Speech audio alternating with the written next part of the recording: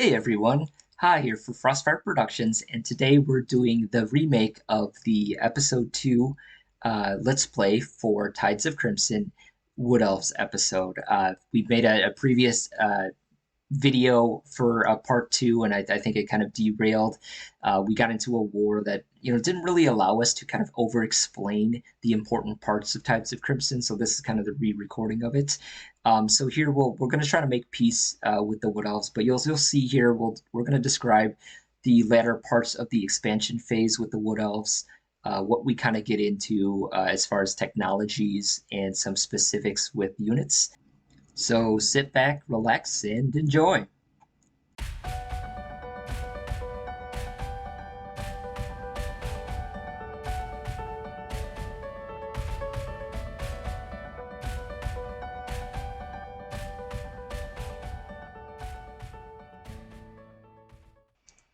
All right, welcome back. I've kind of rethought my strategy here with the hobbits kind of over here. I really don't want them to bring in other civilizations to this war. It could get out of hand. If you're at war with one civ, that's fine, but if they start allying with other civs against you, you've got a big problem on your hands. And the goal of this Let's Play really is to build up as the Wood Elves. Let's just see how we would build up specifically as the Wood Elves as opposed to other races, like what differences there are in the way we build up. So we're going to try to negotiate peace with them soon here. They won't talk to us just yet, but just know that that's our new goal here. Um, we're going to go ahead and build a city here, but again, this is at the kind of the outskirts of our civilization here, and if I remember correctly, there was a Way Watcher somewhere over here, a Hobbit Way Watcher, who that's the only civ we're at war with right now. So I don't want to take that risk. I'm going to go ahead and move this guy over, and then we'll just build a marksman behind here. So, all right. So here's our city. Again, these are all elvish name cities, right? For the Wood Elves here. Yeah, let's go with the marksman just because we can build him the fastest. He only costs 24 shields. He's a very versatile unit, but yeah, he's much cheaper than some of the other choices we have here. And we just want some defenses right now in that town. The more defenses we have, the better, right? As far as more units right now, we're going for quantity right now. Later on, we can go for quality. All right, so let's move this guy over here. Notice that I'm moving past this forest, but it won't actually increase the amount of turns that it takes me to get to this spot because, again, the Wood Elves can move quickly through forests, so it's not a concern for me.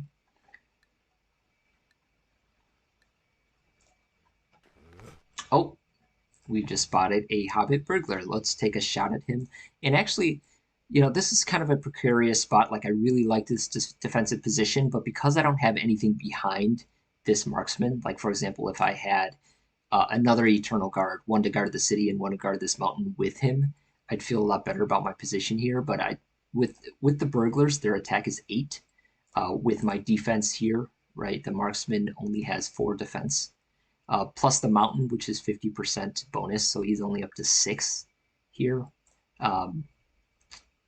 Yeah, the fortify bonus is 15%, so that's a smaller bonus. So I don't think I'm actually be able to hold up against 1 or 2 burglars here. So I'm going to take a shot here at him, but then I'm going to move away from my position because I don't want to lose this unit. Missed him anyway. That's great. Okay. Oh, I meant to move over here. I think this is a better city spot. It's more next to more fertile land, although I lose the defensive bonus of 40% from having a city in the hills. I still think this is the better spot, and I'll still get access to the horses within my initial one tile city radius. So we're gonna have to move this dryad back. Oh, there's what we feared was that Way Watcher from the Hobbits. Again, the Hobbits are orange, right? That's how you know. Okay. All right, so let's just move this guy back to safety here. And make sure that we're focused on, I just want to focus on more production here for now. So Let's actually change our governor while we're at it to emphasize production also. So that just means that when we, uh, you know, kind of auto sort, there's more of a chance. It's not doing it this time because I think there's a need for food as well. Um, but normally, like when the city grows and stuff, there would just be a greater tendency to go towards shield production. So let's do the same in this city if we haven't already. Yeah, it looks like we haven't. Okay, be getting our marksman soon here.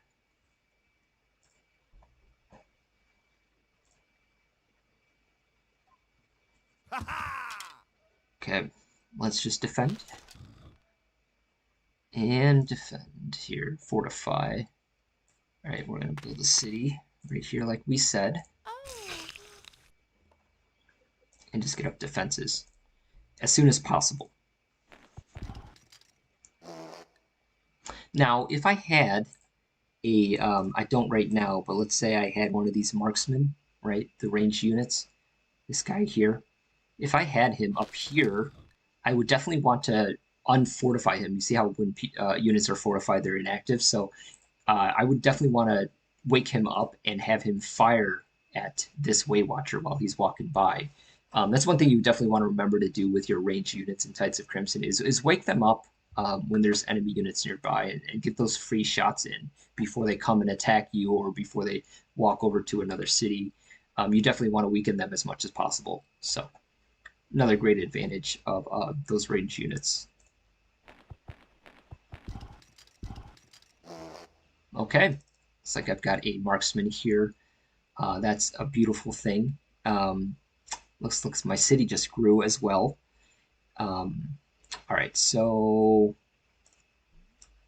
yeah, I think I'm just gonna go for another marksman. That's only gonna take me 5 turns, and then we can kind of beef up the defenses after that, and maybe go more of domestic buildings once we get a chance, right? It's a good thing we have the Sacred Grove here, so that's really helping out with our culture, happiness. Um, but we're gonna have to build this up a lot more. So the war with the hobbits is kind of throwing a wrench in our plans for now. But once we get up to a decent amount of gold, I'm gonna try to see if I can convince the hobbits to enter a peace deal with us. And maybe I might even donate some money towards him. But yeah, so we're gonna defend for now. Move this guy to safety.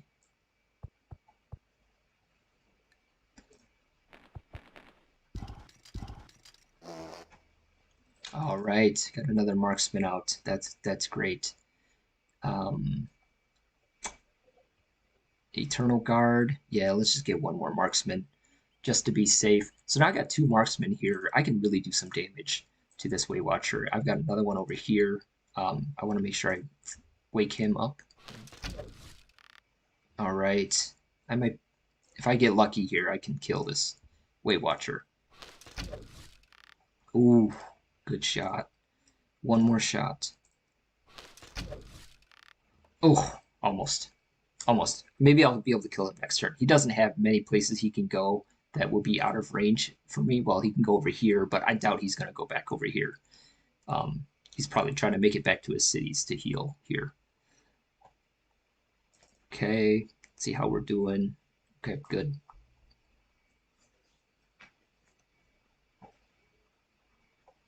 Okay, one thing I didn't talk about in the previous episode that I wanted to touch on was city sizes in Tides of Crimson. So the smallest city in Tides of Crimson is called the Village, and you can actually go up to 7 population before you need to build a building that gets you to the next level, if you will. So the first population building in Tides of Crimson, this is unlike in Civ 3, is called the Warehouse. So the Warehouse lets you go from a village up to size 7, right? So, and then once you hit size 7, you're kind of capped out. So that's one more than default Civ. If you remember correctly, default Civ is only, you can go up to size 6 before you kind of get stuck, assuming you don't have a river next to your city. But then the warehouse gets you to size town, and the aqueduct actually is what transitions you, in Tides of Crimson, is what transitions you from town to city. Okay, so village, is 1 to 7. I'm sorry, warehouse gets you to town, aqueduct gets you to city. And so you'll notice because of the slightly higher population, you can another reason you can afford to build cities a little bit further away because they can grow a little bit more, maybe take up some more tiles before they need that structure to get them to the next level. Okay. See here. Inundation is almost done. Once I get to inundation, I'll be able to trade that tech. So, and I'll maybe even be able to trade it with the hobbits to get them to agree to a peace deal with me. Okay, let's see here. Let's just fortify here, just in case he attacks the city. These rangers have low defense, only 4 defense, so any bonuses we can get would be helpful.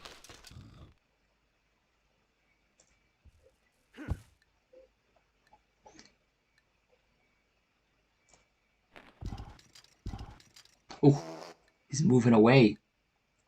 See that? I can actually, so in Tides of Crimson, the battles and wars are much more strategic, much more tactical with your units, not only because there's less of them, but because of the 2 movement and things like that, and the little defensive, uh, the lower defensive bonuses, and the fact that you have to think about race specific things, like for example the Wood Elves, right? You can move quickly through forests and things like that. So if you're always got to be thinking about what your enemy can do and how quickly your enemy can get to certain positions as well, because attacks really can come out of nowhere, as you have seen. So I'm going to take actually one step here, kind of risk it a little bit, leaving this city with only 2 defenders. But I should be okay with the vision here. I don't think anyone can sneak up on me really quickly here unless they had like a road here. The hobbits could probably throw a burglar here and move quickly towards my town. But they don't. So I'm just going to do one move out, and this puts me in range with the Way Watcher I want to shoot down. Okay. Nice. Nice, nice, nice. So next turn, I think he's out of turns now. Yep. Next turn, I'll be able to move back into the city. So don't be afraid to step out with your archers. If you've got some defenses behind the cities, you can step out and get in range if you're slightly out of range.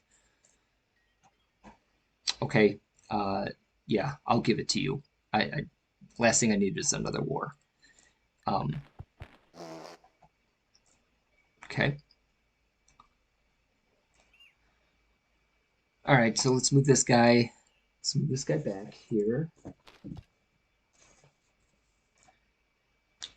And pretty soon here, once I've built up what I feel like is a good military, the AI really looks at your units. They don't really look at the strength of your units. So if they're looking at how strong you are, they might look at the quantity of your units, and that might help you in some negotiations, or prevent the AI from declaring war on you. Not saying that it's going to prevent them this time, but just something to think about, right? Another good reason to build up a high quantity of units and kind of build up these cheaper units is to make the AI think you're stronger than you actually are, because that's what they'll be counting is your units, not necessarily the quality, like I said. All right, so let's go ahead and fortify here. Got another marksman coming out here, another marksman coming out here soon. I think once I get those, I'll have enough units in here to fight back anything the hobbits might throw at me. I might even start donating them stuff to make them nicer to me before a peace treaty. But let's find out here. Again, in one turn, I'm getting inundation as well, so that's another thing I can gift them.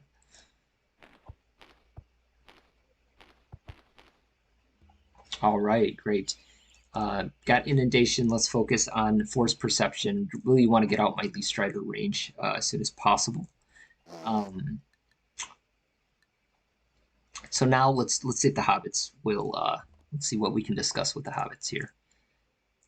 All right, so how about a peace treaty? Technology. Okay, how much gold do you want? How much gold do you want, my man? Lump sum, 75. Let's just say this is 75. Okay, how about per turn? 7. Ooh, that's a lot. See, that's really giving up a ton for a peace treaty, but it might just save my life, and it's going to allow us to actually go through the rest of this let's play more peacefully and kind of show you some of the build up strategies with the Wood Elves, which I definitely want to do. So let's just go ahead and do that here. Okay, great. And then don't forget about obviously your other rivals or I guess other civilizations too, because again, you have inundation here, and a lot of civilizations may not have that. So let's see what we can trade. 180 gold. That's actually pretty nice. Let's see if we can get some technologies as well. Uh, no, I guess not. That's fine. Gold is good. Um, let's see what the Naga will give us. 30 gold. How about currency and writing? No. How about horseback riding?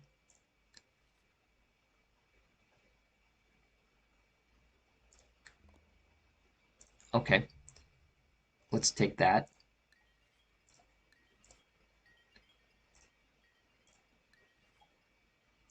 20 gold. Man, that's it's really not much. They're not really valuing inundation right now. Um,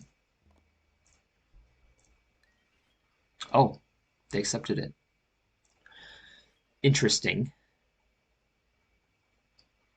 So the AI generally values texts that have higher costs, but there's other things they value too, like within them, right? I think I went over this already, but just in case, uh, units that don't require resources. If a technology allows you to build units that don't require resources, that's a huge uh, adds huge value to that technology.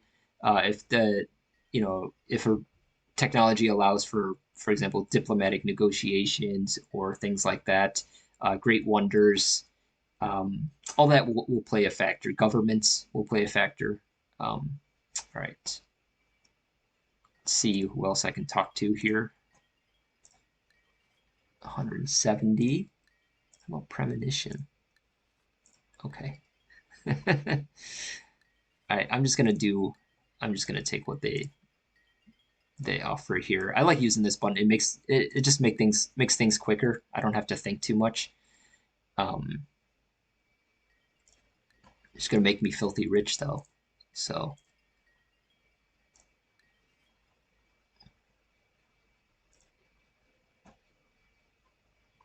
yeah, look how much gold I have now.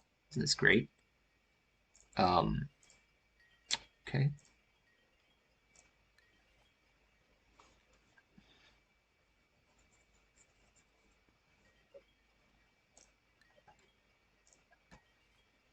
let's see what we can get for writing.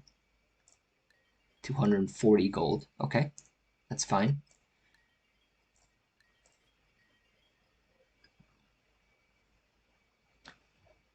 And look at that. That's a good deal. I'll take that. All right. Map making. Okay. 220 gold. Ooh, that's almost all my gold. That's okay. It's another technology. All right. I'm all traded out. Good. So, no. Okay. So that really helped me out. Look how much more fleshed out my tech tree is. And then I've got this tech coming up here that I'm really looking forward to. I want to make sure that I get a barracks out at some point, and hopefully before I get the Leaf Strider range up, because I want to make sure that the Trustfall Rangers that are auto created every 35 turns from this Leaf Strider range are veterans, right? If you've got a unit producing buildings, you want to make sure that you've got a barracks in that city. It really only makes sense. So I think once this marksman is done here, and now that I'm at peace with everybody, this is a really good situation for me. I'm going to go ahead and switch to a barracks here and have the toiler come back here and chop one of these forests for me for an extra 20 gold. I'm sorry, 20 shields. That'll really help me, um, yeah, finish the project a lot more quickly. So let me just get him started moving this way.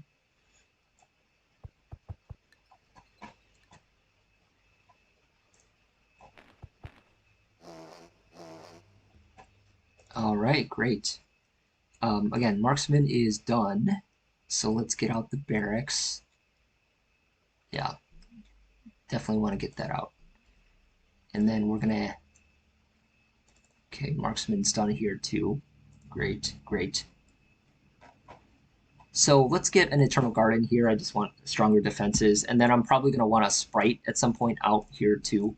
Sprites are, again, great for harvesting, and they'll have the True Vision, which you see that range of 15. So basically that means she'll be able to see like a spot. I don't even have to put a boat out here. She'll be able to go and look at this spot or this spot, and kind of clear up some of my unknown uh, map territory here. Okay. All right. Now I do have to think about expansion too, and I can't lose sight of that. So maybe there's some other good places for cities here. I think actually this spot would be a good place for a city. Actually, kind of makes me want to switch my. Yeah, yeah. I think I need this city. Cities are obviously really valuable in Tides of Crimson, and you want to get city spots out. Cities as soon as possible. No different than regular Civ 3. Okay. All right. Let's go ahead and fortify here. We're going to go ahead and chop this tree. The nearest chop will go over here to the city. Okay, so we've got a barracks coming in 10 turns. So this is something we'll have to think about here. So once I go into this tile here, if I chop, ooh, you see that? That's 12 turns. So it's going to take me 12 turns to chop down this tree, and this barracks will already be done by that time. So I kind of miscalculated this a little bit. I don't want to waste a chop unless I'm going to go for another building right after it, which actually I could.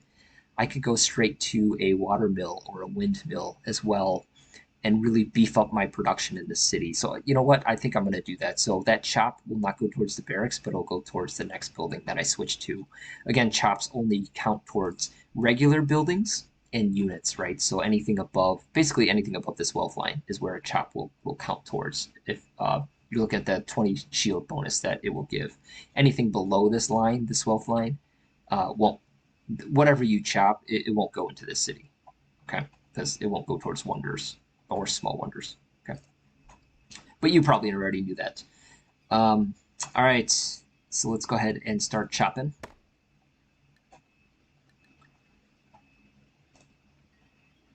Okay, I'll give you whatever you want.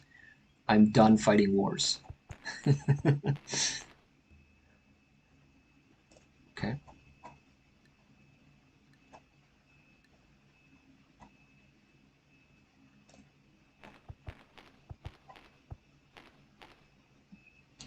You always want to be conscious too, of where the enemies are moving. Like it looks like you saw that there was like a settler there with that high elf. So he's probably looking for a city spot somewhere over here. Oh, there it is.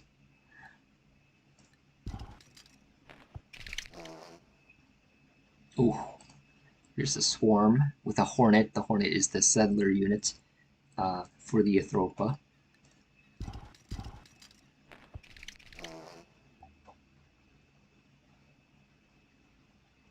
Okay, got a marksman up here. That's good. I've got some defenses in here.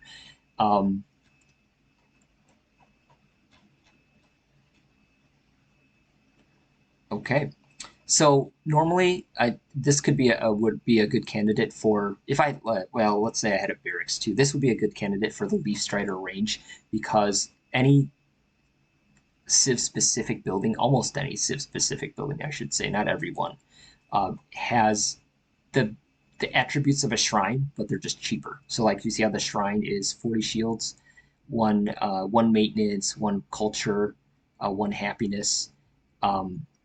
most of the Civ specific buildings will be only, for example, 30 shields, not cost you any maintenance, will still provide culture, will still provide one happiness. So you always want to build those first if you still have them. I'm not going to have the chance here, and when my Least Rider range comes out, again, I want it in a city with a barracks, so I'm probably just going to build it near my capital. But just a heads up on that. What you would normally do if that wasn't the case, you might want to build it in one of these expansion towns, such as this one. While we're on shrines, though, I did want to show you this. So again, there almost every regular building in Civ 3 is on a tiers. So, for example, the shrine here needs to be built before you can build an obelisk, right, which is another happiness building. And then the monument is another happiness building. So everything has, like, from top down, has to be built before the next one can be built.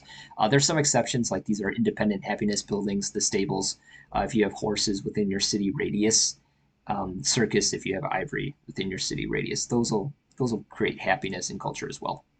Okay. But yeah, so every building is pretty much like that almost. Like the trading post, for example, economic building. You need to build that first, then you can get to the bazaar, and then the marketplace. And usually the last ones require a little bit more, and because they do more usually, like the town hall, for example. Um, yeah, um, is the last one here. I guess not so much for the economic buildings; they're all plus 50%. But yeah, you'll need camels to get to those higher level ones, which are nowhere in sight for us. Oh no, never mind. We do have a camel right here. We just got to connect it. Okay. All right, so let's defend this city here. And population 2. There's another city site here, possibly. Yeah. Yeah, let's get out another city. Cities are really valuable. You really want to expand as much as possible. I was debating between that and a toiler to start connecting some of our resources, but let's just get a dryad out first. Um, okay.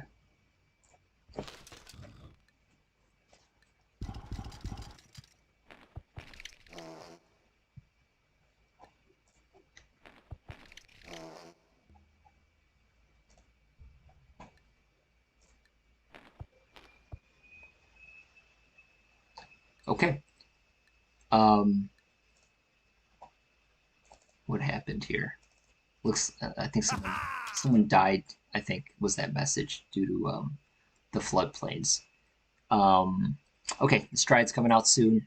Um, I'll want another toiler. I really want to connect this wheat because wheat will allow us to build a granary. Granaries in Tides of Crimson are not like regular granaries in Civ 3. So granaries are actually small wonders. They will not double your growth rate like they do in regular Civ 3, but they actually provide a wheat stalk every 20 turns. And that wheat stalk is kind of like a unit that you can use to like then feed this city, and this population will automatically increase by 1, for example. But the great thing about the wheat stalk is, let's say you have a city that's growing well, and usually a city with wheat, right, that you can build a granary in is growing well. So you can actually move that wheat over to, let's say, uh, this city over here, and immediately increase their population. So you can actually move it around to cities that really need population. So that's a great thing about the granary. If you can get it, corn will allow you to build a maize farm. It does very similar things. Okay. All right, and then the last one I think is the cows. If you have access to cows or cattle, you can build a cattle farm, which allow you to do the same thing with cow units, right? You can sacrifice them or basically just feed them to the population to increase the population. Cows actually give a +2 population bonus, as opposed to wheat and maize that only do +1. All right. Let's go ahead and fortify.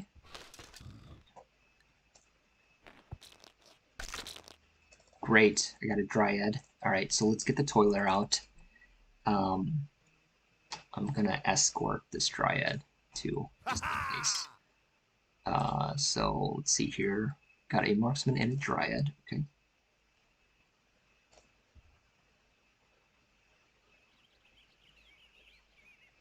And where did we say we liked, right? Wasn't it over here? I think we really like this spot over here.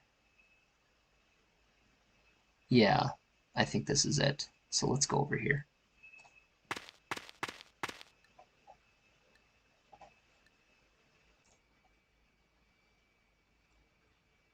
Okay, looking pretty good. How's our tech doing? 4 turns. Okay. All right, our barracks is done. It's a beautiful thing. All right, so let's switch to, because again, we have to remember that we have this guy Chop in here, and we don't want that to go to waste. Um, so let's switch to a production building here. The windmills are a little cheaper because we have a river in our city radius here. We can actually, I'm sorry, the water mill is a little cheaper because we have river in our city radius here. Um, so a windmill will cost 60 shields. The water mill is cheaper, right? It still costs 2 maintenance. So, but this is a good option for us here. So let's go ahead and do that. Um, this will be complete in 7 turns, but technically it'll be a lot less than that, right? So once this guy's done chopping, it's another plus 20 here. So this should be pretty quick here.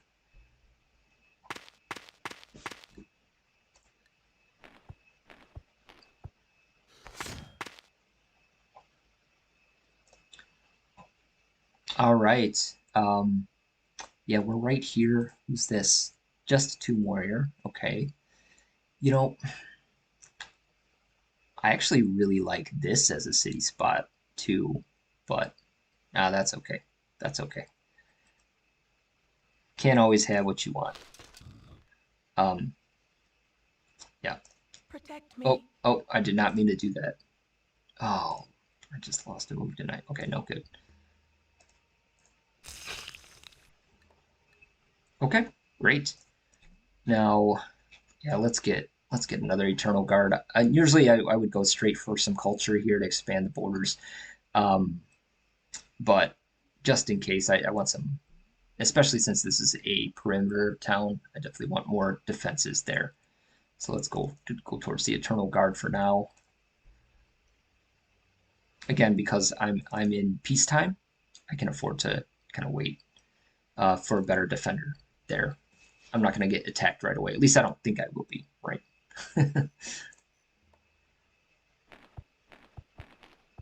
All right. See that forest chopped. Oh, wow. Hope's Temple. So +3 happiness. They got Hope's Temple. That's great. The Dark Elves. Our brothers. Our Dark Brothers. Um, so yeah, when every Great Wonder in Tides of Crimson has their own history. Again, we're gonna get deeper into the lore. You'll see the storyline missions and stuff come out with the next version, but this just gives you a quick synopsis. Um, yeah, doubles the effective strength. This is a pretty good. There's not really any bad wonders, not like in the original Civ 3, where you have like the Oracle, which is like a terrible wonder, right? It does this, double the effective shrines, but it doesn't do anything else. So um, at least this gives you this extra bonus here, um, and a really good culture boost as well. Okay. All right.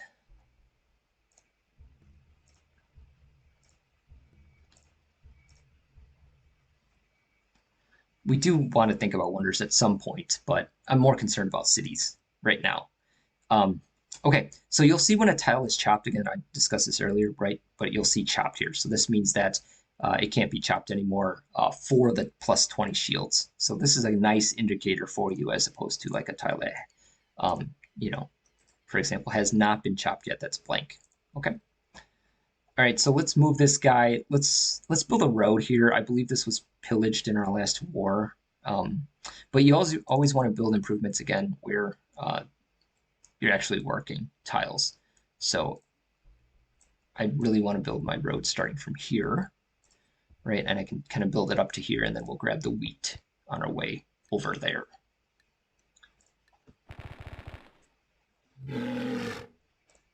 All right, this was the moment we've been waiting for. Forest perception. We finally have it. What a great technology. This is going to allow us to see Haldron trees, which are a huge bonus resource in only wood tiles. So the more wood tiles we find, the greater chance we have of finding them. But hopefully, I didn't see any actually pop up, so I don't think we have any near us. But more than that, we can build the leaf strider range, right? That we've been waiting for. So we're gonna get that up as soon as we can. All right, so let's just make sure our technology looks good here. What are we looking at? Um, yeah, I don't know if there's anything we're really going for. The first civilization to discover philosophy gets a free tech. I don't think we're going to be the first, but who knows? Maybe, right? So, all right, so we're going to build the leaf strider range right after this watermill is done here. And again, that chop bonus really helped us kind of accelerate the production there.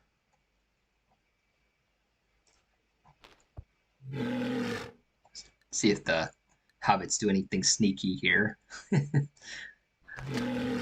All right, watermill is done. Great. Okay, so now what do we do with this?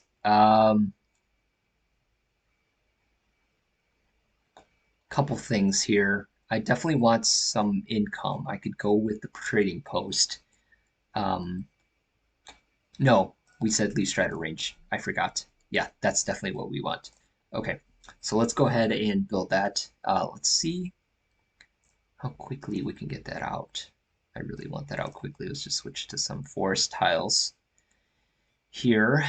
Okay, great. And because we chopped down a forest, our production's a little low here. I think we're going to have to replant a forest at some point because look at this desolate land here. You definitely want more shield producing tiles, and until we build a mine in a hill, mines and hills take quite a long time to build. But it gives great production, but it's not as immediate as planting a forest. So or mining. We could technically mine one of these flat terrains as well. I guess that's a possibility as well. Okay, so we've got a toiler over here. That's good. We have almost no defenses here. We could move someone over. Let's get a sprite out. I really like that idea. Let's get her out, and she can start helping us um, replant trees or harvesting them, and then help with our exploration a little bit as well.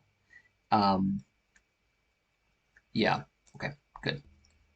Marksman's up here. Good. We've got some extra defenses, and this is where I think I almost always like to build culture because you see here how our borders are not very big. Um, Getting to that 10 cultures is a big deal, and a shrine, if we don't have any other special buildings, a shrine will help us do that quite well. We could also build a garden, so this is unique to Tides of Crimson, right? A garden will actually give you 2 culture per turn. Um, it's the same cost as the shrine, but it doesn't give the happiness. So it's really a trade-off. Do you really want, you know, if you don't care as much about culture, or I'm sorry, about happiness, you can really get the garden. Let's say your luxury slider is high, or maybe you've got a couple luxury resources hooked up. You don't need as much culture. I'm sorry, you don't need as much happiness. You can go for the garden as well. But let's just go for the shrine for now.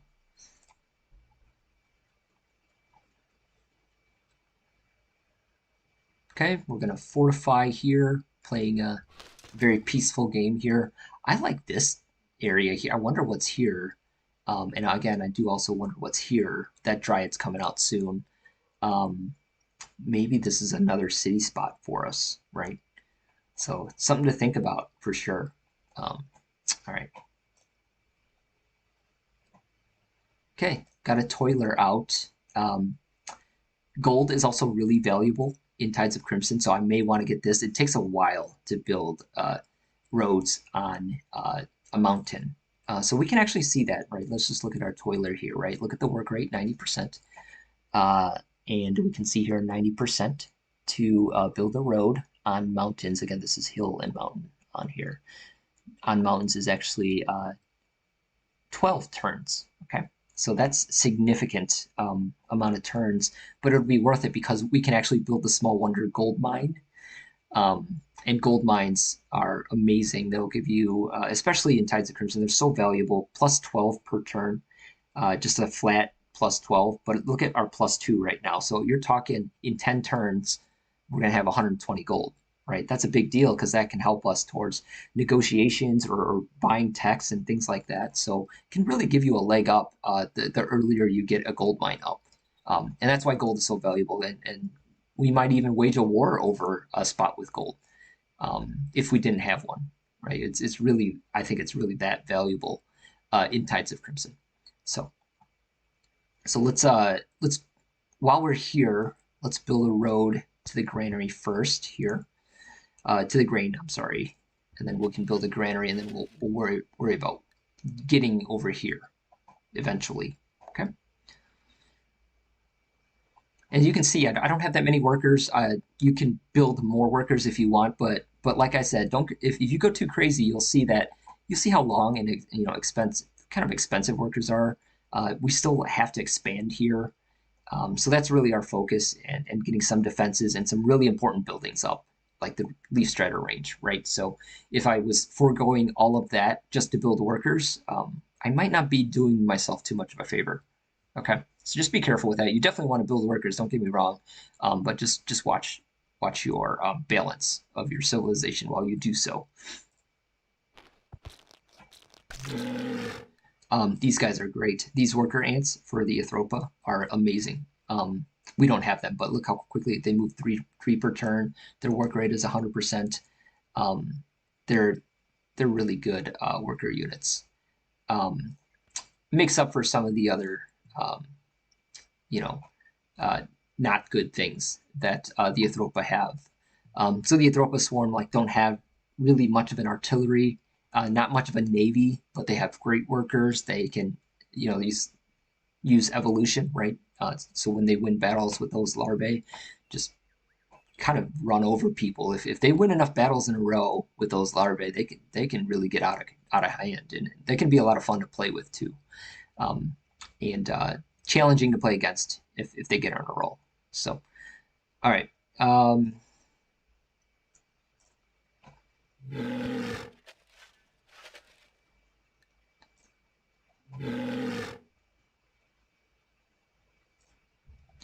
You'll hear the beast grunting here because this guy's refortifying every turn. So that's where those grunts are coming from. Okay. So okay, Eternal Guard. This is good. I'm going to use this Eternal Guard probably as an escort for a settler once I get there through the city. So I think right after this Eternal Guard, we're going to go for a Dryad and see if we can't settle over here somewhere.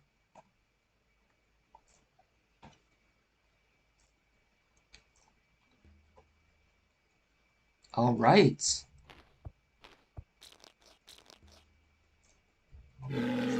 They already want to build a granary. What I tell you.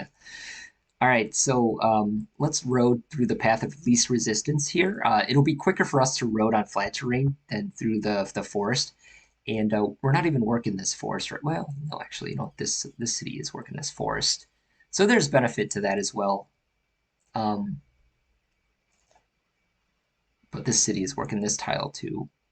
Yeah, okay, that's fine. We'll build a road here. Building roads is probably I mean, it's really important when you're trying to connect cities and you're trying to connect resources, right? Probably one of the first things you want to do. But other than that, irrigation and mining are huge for obvious reasons. Food and production. Okay. Oh, peace treaty. Were we at war with them? I thought we had negotiated peace already. Well, I'm accepting, but that's really interesting. Okay. All right, Leaf Strider range, we got it. So in 35 turns, we'll have our first awesome unit here. Why can't I remember? Why can't I remember what they're called? The Trustfall Rangers. Yeah, these guys are are badasses, right? Um, all right.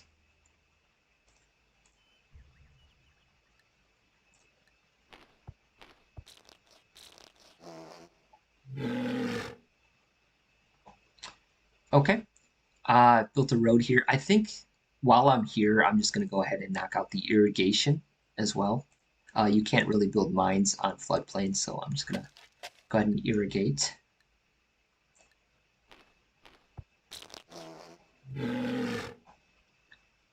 Oh, we got our first sprite. Beautiful. Um, all right, so let's get some defenses here. We've got a marksman already. I'm okay with the eternal guard there. And now, oh, this sprite is so awesome. So check this out. So now we can actually like basically just use this true vision ability and just and we don't even need ships anymore, right? Just scout out stuff and check out what's over here. One thing to notice: true vision does not allow you to see invisible units. So just keep that in mind. Like even if you hit true vision, now this will go away and turn into the fog of war in a second, but at least it's giving us the underlying terrain. But even if there was like an invisible ship here, for example, right now we would not be able to see it. True vision lets you see the terrain and a one-time kind of live view, but without the ability to see cloaked units. Okay.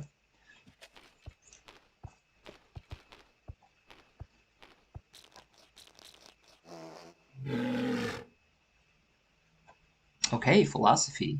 What's the big picture? I don't think we got the free tech from it, but it's okay. I really want to get a sphere, and I think the closest one we have now, following our path here, is the Earth sphere. So the spheres in Tides of Crimson again are the wonders. I'm sorry, are the governments, and every sphere, almost every sphere, has an element, elemental. I'm sorry. So here we have the Earth elemental that actually does can focus attack. So focus attack is like the Civ 3 equivalent of a stealth attack, right? Earth units can focus attack lightning units and poison units, but they can also be focus attacked by wind units. Okay, so that they don't have like offensive or defensive bonuses against these units, but they do have the ability to focus attack. So if like so our Earth Elemental, once we have them, there's let's say there's a lightning unit that's weaker that's underneath a stack of more powerful units, we can actually focus on that lightning elemental unit and destroy him or her. Okay, or it, I guess in Tides of Crimson, you never know, it could be it. Um, all right, so, but then spheres also will have a spell, right? So Earth sphere, there will always be like a spell tower that will produce. In this case, produces the Quake spell for us that we can use. Again, it's like a one-time, basically like a missile if you think about the equivalent to Civ 3. But you can save them up. They don't cost maintenance or anything like that, so you can save them up or you can use them right away. Um, the Earth Node also gives special beaver workers here that are actually built from this beaver dam. So that's something special about the Earth sphere. And just some other really nice perks, right? I mean, double the worker efficiency. I mean, that's huge. Um, um, yeah, the the support is decent. It's not great. The draft rate is okay. Military police limit is pretty low or below average, but I mean some of this other stuff I think makes up for it. I think the Earth sphere is a really really good sphere, and spheres are balanced in Tides of Crimson. At least they're meant to be. I'm sure there will be further adjustments as we go along. So like an early era sphere like the Earth sphere is not going to be really any more or less powerful than like a late era sphere like I don't know, like poison sphere, for example. They'll probably be pretty balanced, positives and minuses both ways. So it's just really up to personal preference, right? You can switch in and out of spheres too, depending on your strategy. Or I've even seen some players, notice that they're going up against, for example, the the frostlings, right? Who are all like, snow based or winter based units. So they go for the fire sphere so they can light them up, right? And so there's different strategies you can use with that as well. Um, right. Okay, so looks like we built our road here. We could have built irrigation here. I forgot about that. But while we're at it, my goal here is just to build a road to this gold. So let's just keep doing that. Um, Here, I can use her to replant a forest somewhere as well. And the sprites do so very, very quickly. So let's say I wanted to replant a forest here, which I probably do need to. Um,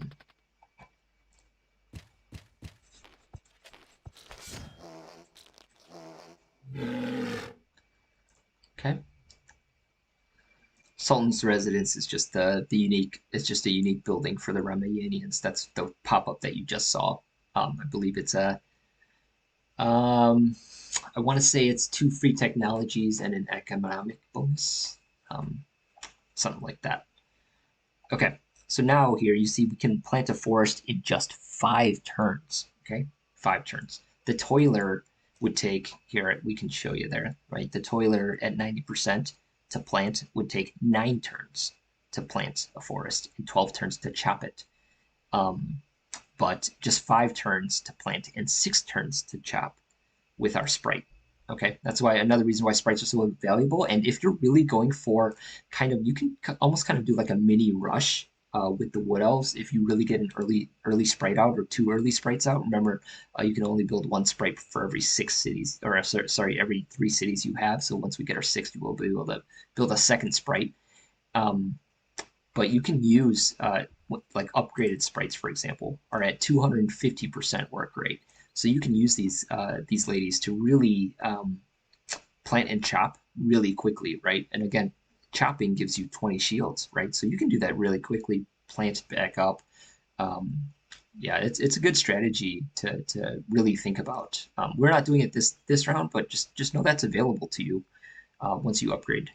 Again, that's going to require this tech player. We're not doing that right now. Again, we're just going for the Earth Sphere. Okay. All right, so let's go ahead and plant here. She does her magical plant. See that? All right, and we'll build a road to this gold here. I just realized we were trying to build a wonder down here, and I don't know if I want that yet. Here, I think we want. What did we say we wanted? Like, how quickly would this civilization? No, this city will not build a dryad very quickly. I think we need to go for the dryad over here. Yeah, let's do that. Again, let's get some focus on a little bit of production here. Get that dryad out as soon as possible. I really should have focused on that more. Again, I'm not the best Civ player in the world. I know I let some shields go to waste, things like that. But I don't know. I think we're doing okay right now.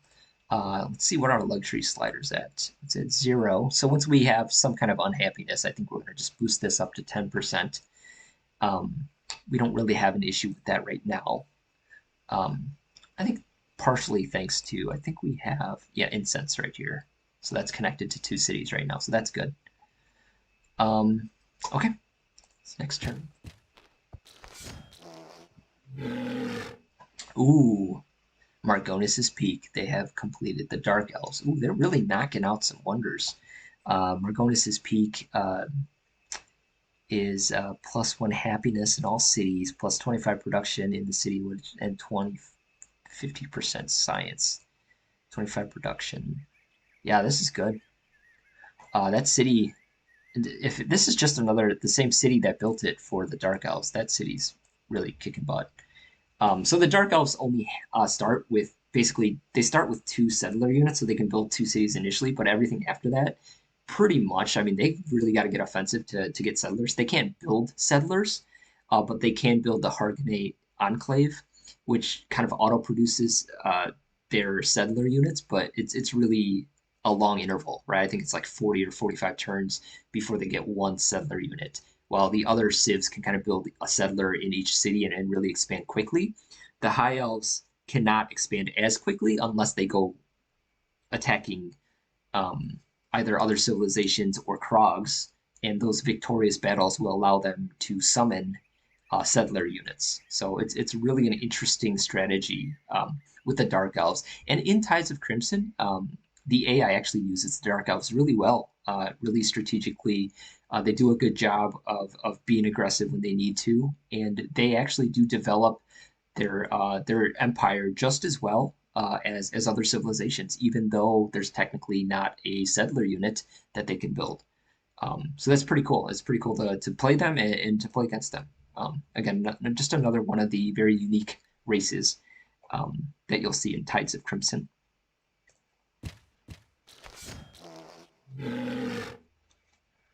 Okay.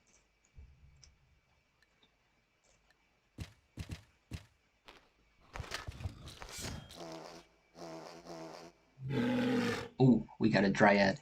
Great. All right, so we've got a Dryad out in the city. I really think I need another Toiler. Uh, yeah, I'm gonna get another Toiler just so I can uh, get some to work on this land here. Um, okay, we've got an Eternal Guard in Oakwood Park. Sounds like a suburb, actually. Um, let's see here. What can we go for here? Because we really want the city to specialize if we can. They've got no culture though. This is one of those cities on the outskirts. I think we're just gonna, yeah, let's get some culture in this city. Um, and some happiness while we're at it. Shrines are pretty staple building for me, so let's just go with that.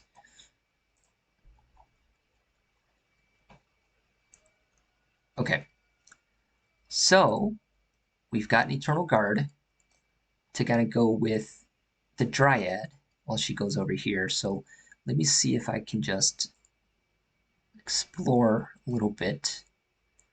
Okay. I'm not worried about enemies right now. You'll see the High Elves. They built, what is this called?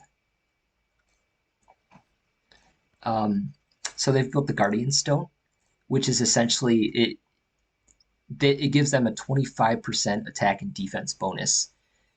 So it's essentially equivalent to a Civ 3. I mean, if you've ever played with like radar towers or something like that, that's similar. So once they build these, it's pretty. I believe it's 2 tile radius, right? So all their units within a 2 tile radius, but I think they have to be in their territory, get that bonus. Okay. And all that is described in that Cyclopedia entry we just opened up. But just know that's what it is. So they're a little bit stronger in this area right here, just because they built their Guardian Stone already right here. In case we wanted to attack them, right? Just something to think about. Or we could go and destroy that Guardian Stone. I think that's even a better idea before we attack the city. But usually they guard their Guardian Stones, which is actually really smart of them. They'll put a unit or two on the Guardian Stone to defend it a lot of times. Okay.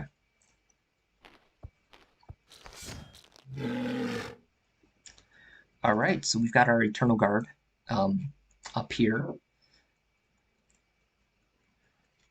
And yeah, this is our one of our better growing cities. And again, we attach the granary. So I really, again, any building that auto produces units, in this case, auto produces wheat stalks, we want to get up as soon as you can because over the course of the game, they're going to produce more of them. So wheat stalk every 20 turns. Yeah, this is great. So we definitely want that. Um, so let's work towards that. And yeah, cool.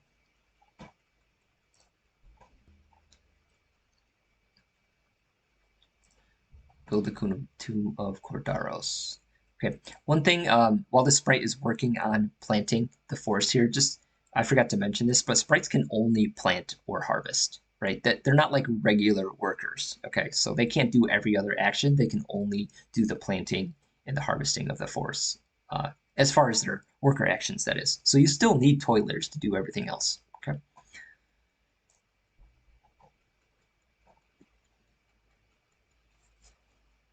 All right. Eternal Guard. He's gonna guard the city. Let's see what else underneath here. I think I'm gonna, yep, just gonna have him guard the city.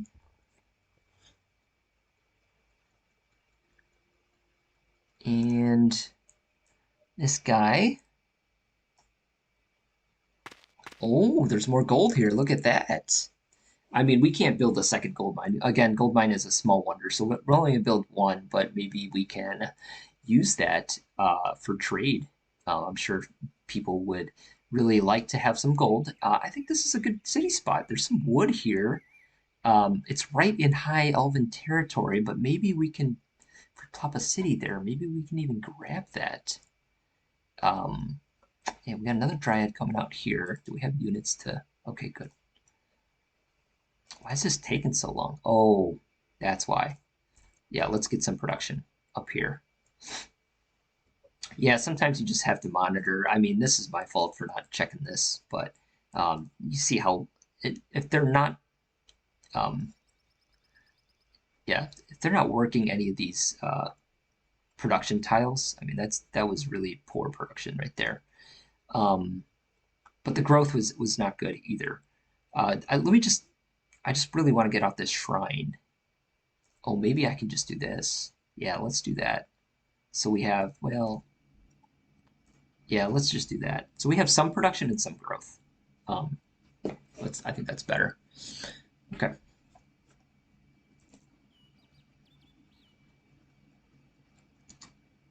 Okay. We've got our city site here. As long as we don't get sneak attacked here, I think we'll be fine. I'm not too worried about it, but just because we're at peace with everyone.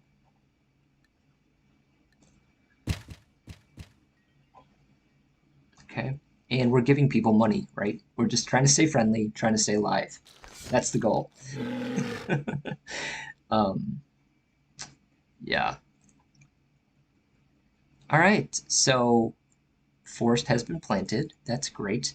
We can also, again, we can also harvest it really quickly if we're trying to go for something here. Ooh, well, no, it's not worth it for the shrine. That plus 20, yeah, it's not worth it there. I was actually thinking about maybe harvesting because she's really good at harvesting as well. Um, let's use one of the turns here because to use the true vision, right? Let's just see what's going on over here. Well, actually, maybe I think this would be more useful, right? Because we want to see what's over here. This could be possibly land we're settling in at some point. Okay, cool. Cool. This looks open. And there's a fish over here. Ooh, I like that. There's a wheat right here. I mean, it's in again, it's in high elven territory, but I mean, we could grab that. Hmm. That's suddenly a priority. I think that spot right there is great. Okay. See the benefits of the Wood Elves, right? I didn't even have to go over there. Although technically I should have. Okay, I should have explored over there with a unit, but I got lazy. But now my sprite is doing all the work for me. So okay,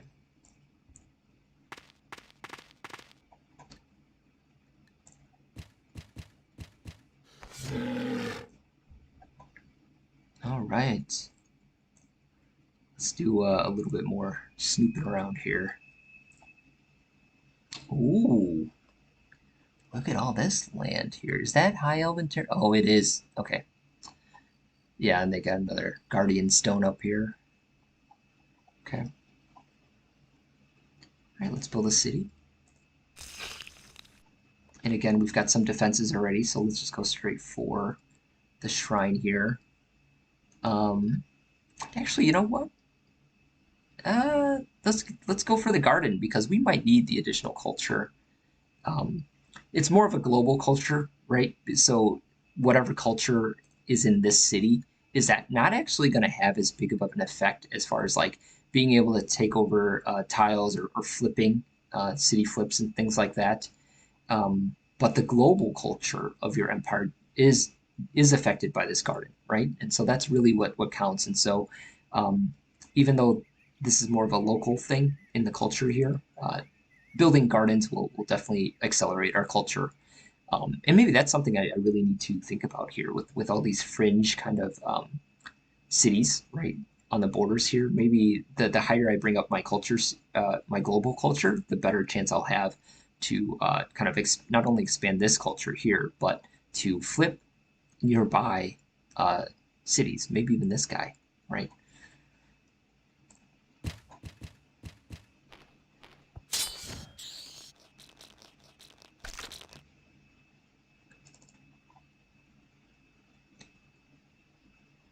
Dryad. Okay, great. Let's go ahead and get a shrine up in here.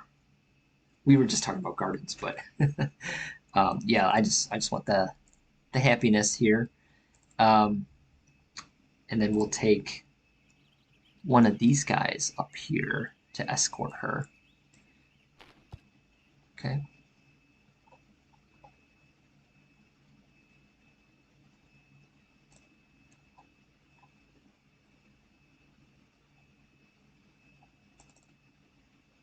Oh, struggling over here.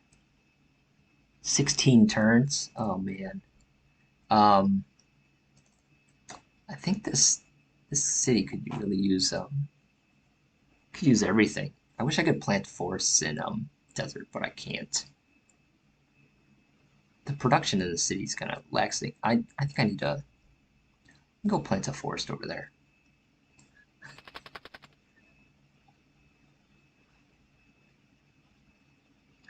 Okay, so our dryad is ready.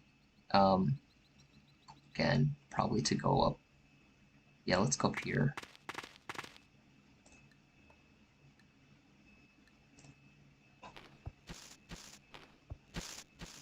Oh, see those little guys? Those were the Rakus. Rakus are created from Raku trees. The hobbits have them. They're much stronger units than at least these standard little hobbits, right? They actually don't have that hit point penalty. Um, and they can actually short teleport. So like a Raku, if we're at war with the hobbits and they had a Raku here, he could short teleport like right here in like one turn and surprise us. So um, it's just interesting. They've got at least one. I saw them. They might have more, but we'll see. Okay, so we've got our toiler.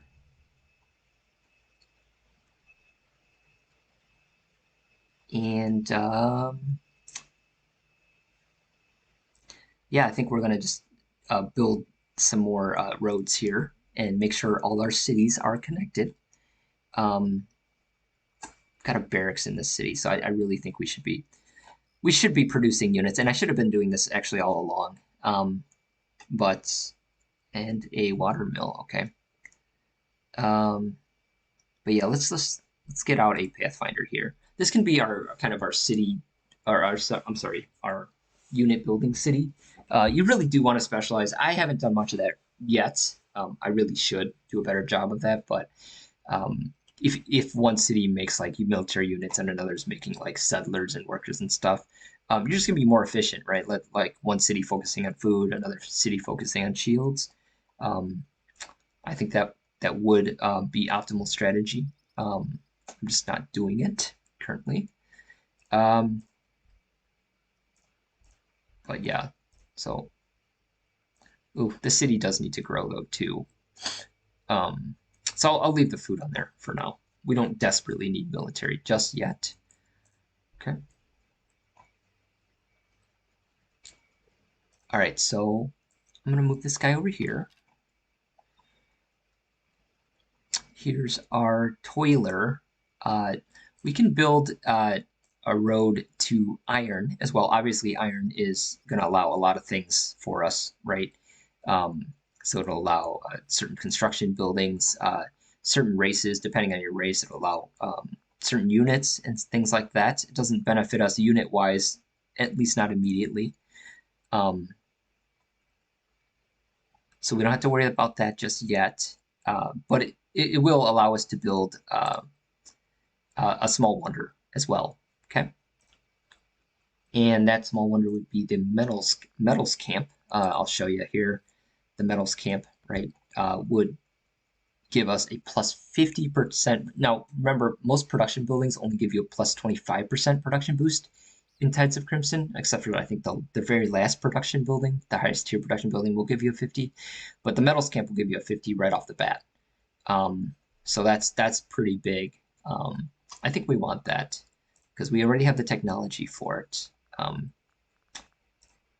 Yeah, so let's go ahead and build a road over there. Let's just be conscious again of what tiles we're working. Um, why am I, oh, this is a floodplain.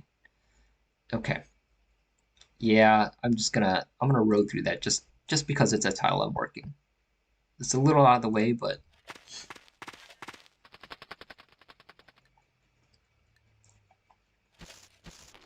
oh, there's those Rakus again.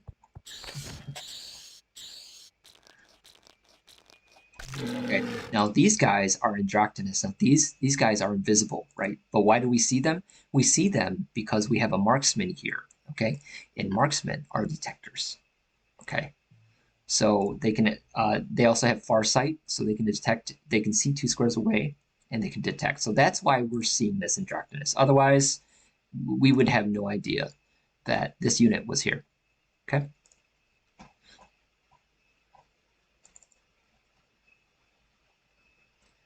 All right, so it looks like we're gonna have to traverse some mountains. Oh no.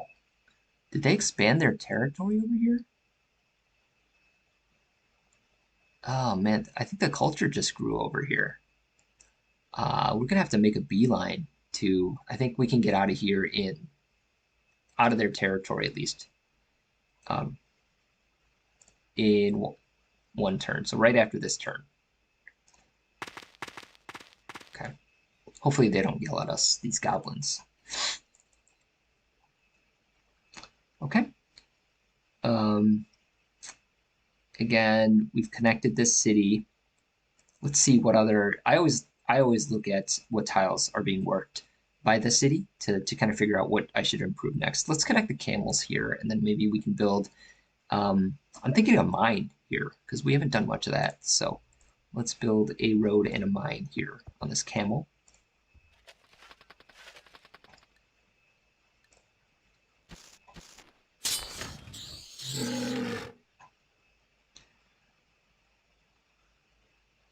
We apologize. We will move out of your territory. Yes, let's be nice. Oh no, the Ramayanians have built the Clefestian Mounts. This is a huge wonder. It's expensive wonder, but it's so worth it. It creates a free windmill in every city on the same continent. So windmill, as you recall, is plus 25 production. It normally costs 2 maintenance, so that's free maintenance and plus 25 production on all the cities in the continent. Um, that's a big wonder. Uh, okay. All right, so let's go ahead and it looks like we made it. We're gonna settle right here. Nice, nice, nice city spot. Okay.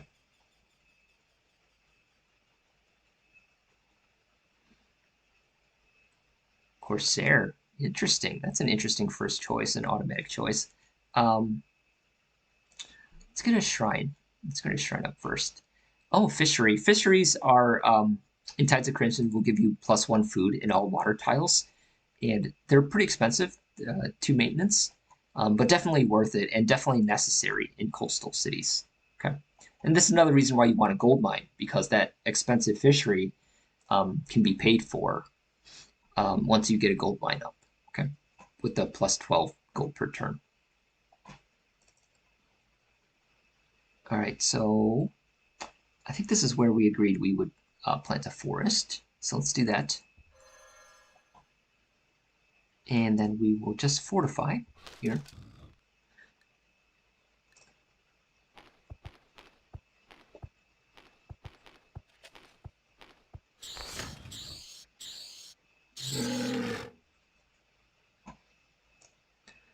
Okay, we've got a shrine up in this city here, so that's good. Some happiness, some culture will start flowing through. Again, we need a lot of work here. I think this city site here has a lot of potential. Um, so that's the reason why I think I'm going to go for a toiler here and just get some improvements going right here. Okay, we'll worry about the military unit afterwards. Okay, again, this is a border city, so definitely a more prime candidate for building military units, but I think our toiler in this situation right now is more important.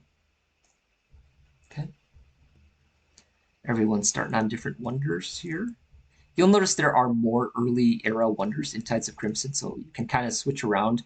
It's actually most useful, I think, when you're starting a wonder. Let's say you're pre-building a wonder and someone else builds it. It's important to have the technology for another wonder. So just kind of keep that in your back pocket because let's say someone built the Tomb of Cordaros, right? Um, and you had no other wonders that you could build, then you're going to lose all those shields. But if someone builds this, and let's say you have steel, right? And now you can just easily switch over to Tidesfall Castle and complete that wonder. So again, something to think about, especially because Tides of Crimson has more wonders than default Civ. You definitely want to, if you can afford to, be in a position where you can easily switch to another wonder in case one gets built by a rival. Okay. Oh, one more turn and we'll have Code of Laws. That's great.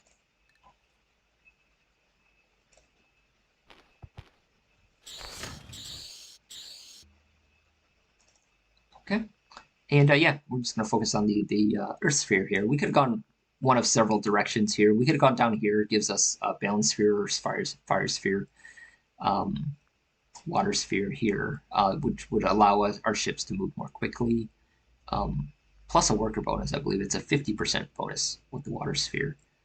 The only two governments or spheres, if you will, that give worker bonus is the Earth sphere plus 100%. Water sphere will give you the 50% bonus. So, yeah, it's right here, I believe. Yeah, 50. All right. See, she's begging for that gold mine. I knew it. See, we do need one. Don't worry, we'll get one. The thing about the gold mine, too, is it's localized, right? So you can't build a gold mine. Actually, I don't know if this is within our city radius. No, it's not. So you can build a gold mine here, even if it's connected. And we can check that here in a bit. Right? I don't think I'll be able to switch the gold mine here. Nope. But in this city, I would be able to build a gold mine. See that? Gold mine. Plus 12 per turn. Okay. Because it's got to be next to that city, essentially, within the city radius. So kind of limits the amount of cities that you have for that. But it's a good thing. It's localized. It makes sense, right? Okay, so let's let's just irrigate here while we're on this tile. Let's build a. Should I? God, a mine here is going to take me forever. 34 turns. Oh, just for, but it's a +2 shield bonus, which is huge. There's no production in the city. See that? I mean, yeah. Okay, man, we're gonna lose. We're gonna lose this worker for a while. But it's. Uh, you know what? I'm gonna pass on that for now. I'm gonna try to get some irrigation going. We definitely want horses too, so we can get our riders out. I believe they're called riders for the Wood Elves. So in the tech tree, you'll notice that right here in white, right, is a unit, and that's our unit. So the Wood Elves, that's what we can build. But when you open it up, I just right click there.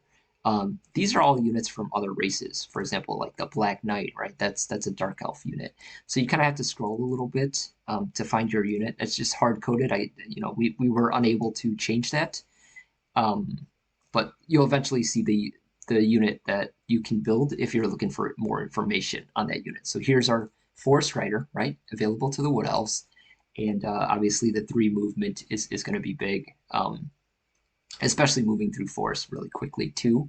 The extra hit point, and obviously a much more expensive unit, probably twice the price of standard infantry units, but worth it, So mounted units in Types of Crimson, and this is again very similar to Civ 3, have that escape bonus, right? When they're losing a battle, they have a chance of escaping without dying. But in Tides of Crimson, that chance is higher. Okay, so it's 50% chance of retreat for a recruit unit, essentially. a conscript, I think is what it's called. A 60% chance of retreat for a regular, um, a 70% chance for a veteran, and an 80% chance of retreat for an elite. So if you have an elite forest rider, if he's losing a battle against a slower unit, which most units are going to be slower than 3 movement, there's an 80% chance that he's going to be able to escape that battle before dying. I mean, that's huge. So that's another big advantage of cavalry units. And again, another reason why you want mixed forces in Tides of Crimson, depending on your strategy. I mean, it's a big retreat bonus if you get all the way up in experience. Okay, it's already big. I mean, if you think about a conscript has a 50% chance to escape from a battle if they're losing, that's a pretty big bonus. All right.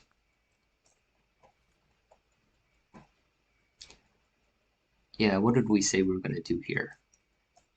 I forgot already. Oh, yep. Let's irrigate. That's fine.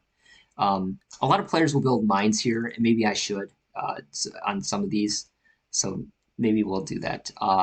Maybe in this tile. Oh, this tile is the same as this, right? Yeah. Maybe we'll do that in this tile here. Is we'll build a mine. No, actually, you know what? Probably a better idea to do it on this tile while we're at it. Oh, I can't do it this turn. That's okay. We'll build a mine next turn there just to get some production going.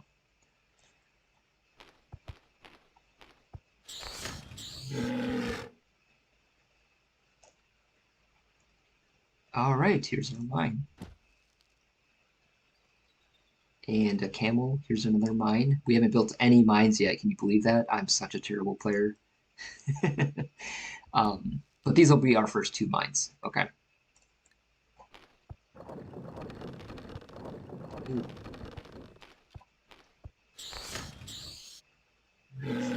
So you'll notice that this Torel was going around with a halfling launcher. So these launchers are just these units essentially, right? 13 attack. They do more damage. Um, Pretty standard. But in Tides of Crimson, the AI will use artillery pretty aggressively. So it's nice to get used to that. And once you get into wars, you'll realize that they'll just bring artillery units to your cities once they have them available and just bombard the heck out of you. So it's very fun that they can bombard you back, right? In standard Civ 3, you're the one doing the bombarding, and the AI doesn't really get a fair shake at it. They're not smart enough to do that. Not so here. Okay, so you'll definitely get bombarded once you get into a war with an AI that late enough in the tech tree where they have that type of equipment. Okay. Okay, 33 gold. I'm staying out of wars. That's my promise to myself, so we can keep going with this let's play and keep describing things that we need to describe instead of just um, moving units around. And it's fun, but you don't learn as much when we're doing that. All right, we've got our granary. Beautiful. So in 20 turns, we'll get our first wheat stalk, and we can move that wheat stalk to whatever city needs population. All right. Tomb of Cordaros. Okay. The first thing I'm going to look at here, I really need another toiler, by the way. I think I need a lot of things. There's so many choices in Types of Crimson. You can really take any strategy, go with any strategy you want. As you can see here, there's a lot of choices I have right now. I think I'm gonna get a trading post, and then I just want the gold here. That's a plus 50% bonus to tax output in the city. Okay. And that'll give me some time to kind of think about what else I can do expansion wise. I don't think it's much. Okay, so right here, we're all clogged up right here.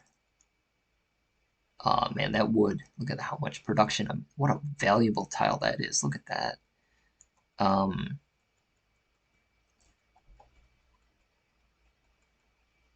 Let's see here. I'm just looking for where I can expand to. Um, yeah, not really anywhere. This is a mountain wasteland almost. I think I'm gonna have to get on a ship. So it's a good thing I have this coastal city. Um, we're gonna build one eventually here. Um, yeah, maybe I just need growth. Yeah. Okay. Wow. Look at this. It's great. Okay. All right, I think we're going to stop this episode right there. This has been a pretty extended Let's Play episode, so hopefully you enjoyed it. If you found it interesting or learned anything, again, please like and subscribe. We're really trying to get this mod out so that everyone can kind of know about it and maybe even get a small online community where we can kind of play and just enjoy the game and share strategies. Until next time, hopefully, we'll get the third episode going here pretty soon. We'll be pretty busy, but just look out for that drop in here. Hopefully within the next couple weeks or so. Thanks again for watching.